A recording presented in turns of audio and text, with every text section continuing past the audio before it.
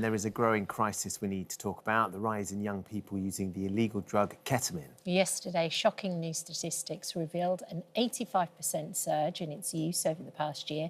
And even more alarmingly, those aged 16 to 24 made up 2/3 of ketamine users, with an increasing number of under-18s seeking treatment for addiction. It comes just days after the revelation that drag star James Lee Williams, better known as the Vivienne, passed away from a cardiac arrest linked to ketamine use.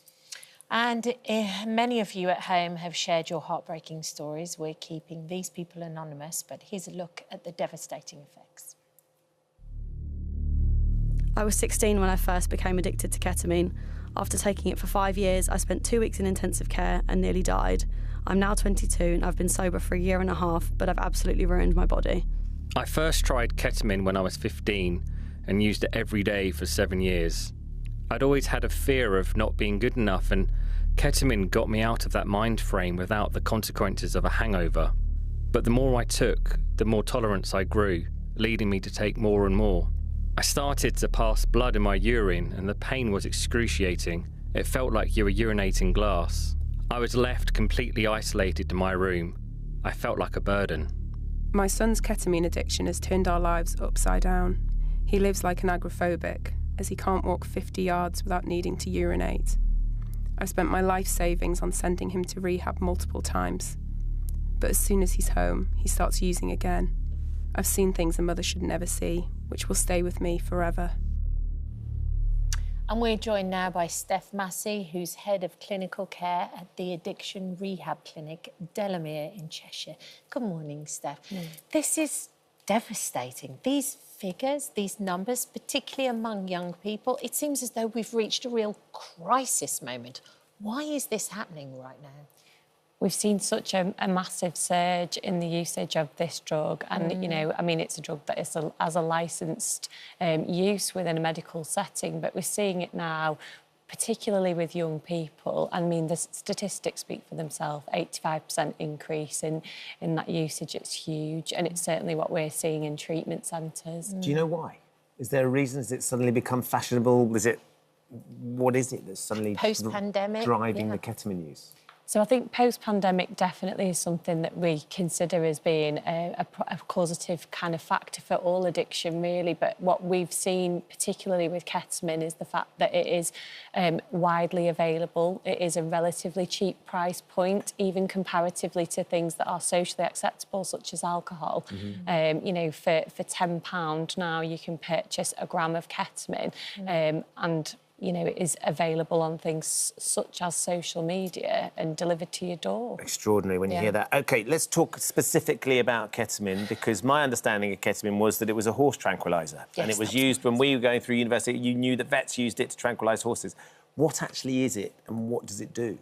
So, interestingly, a lot of medications that are used for vets on mammals are things that we use every day in healthcare, and ketamine is exactly the same. So, it's generally used as an anaesthetic-type product, and it helps to sedate. And it's also used for things like minor procedures by anaesthetists, and more rarely, but with certain cases of depression, but again, with very stringent kind of checks regulated in a specific manner by healthcare professionals, and it is used widely in the NHS every day. And in terms of its effects then, Steph, what does it do? Like, what does it do in a recreational sense? So, essentially, it causes that sedating type effect, and people respond to it quite differently. So for some people, they'll have like a euphoric kind of out-of-body, almost disassociative experience that gives them some release. So it might be from trauma, or it might be something that they're seeking, just that kind of escapism. For other people, it has different effects, whereby they encounter something called a K-hole, which leaves them feeling very depressed, very isolated, kind of you know, can be quite a negative experience, and it varies from person to person. So can you tell us a little bit about the risks? Well, let's talk short-term, first of all, and then the long-term risks of using it as well. So short-term risks are, it can affect lots of things for a person from a health perspective. Yeah. We start to see differences in the way that someone may be behaving, their focus, their attention might start to shift, their ability to concentrate on things, and short-term memory can be affected.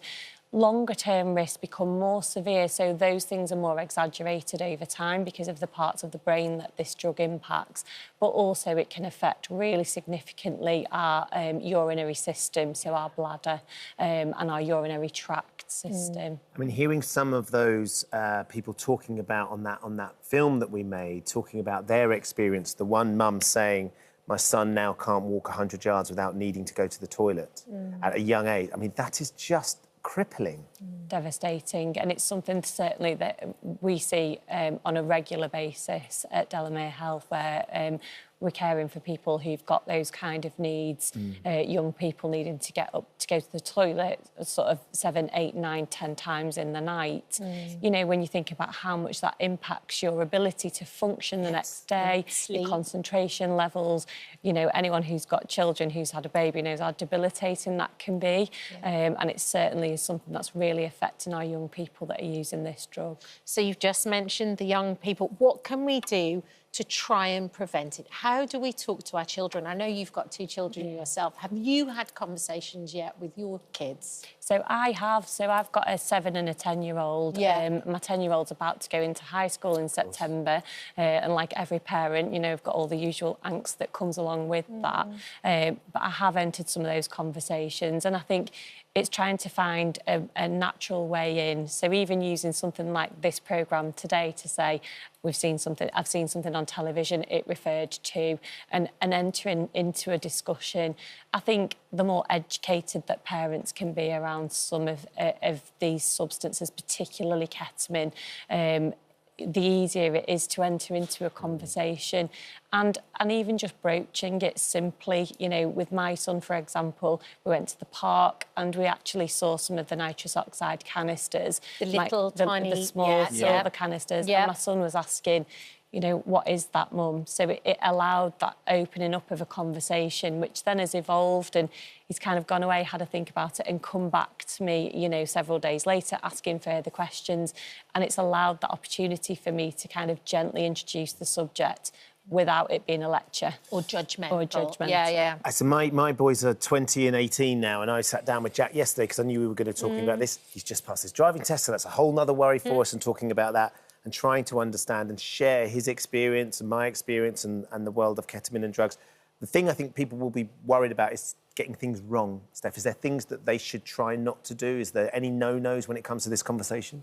I think the main thing is to broach something in a non-judgmental way. Ultimately, this is a substance that's readily available. It's something that if you've got teenagers, they know about it, they've heard of it, if they've not tried it themselves. So I think that the more open you can be and you know, don't approach it with anger, approach it in an inquisitive kind of way, but try and inform yourself before you even enter the conversation so that you know a little bit about it. You know, it's often referred to as shorter acronyms, etc. So familiarising yourself with language they'd use. Yeah, that's brilliant. Thank you, Steph. That's been so helpful this morning. Thank you very, very much. If you've been affected by anything we've discussed, please head to our free This Morning app or our website where you can find hello. Thank you for visiting our This Morning YouTube channel. We upload tons of new content every single day. So hit the subscribe button, like all the videos, and don't miss out. We'll see you in the morning.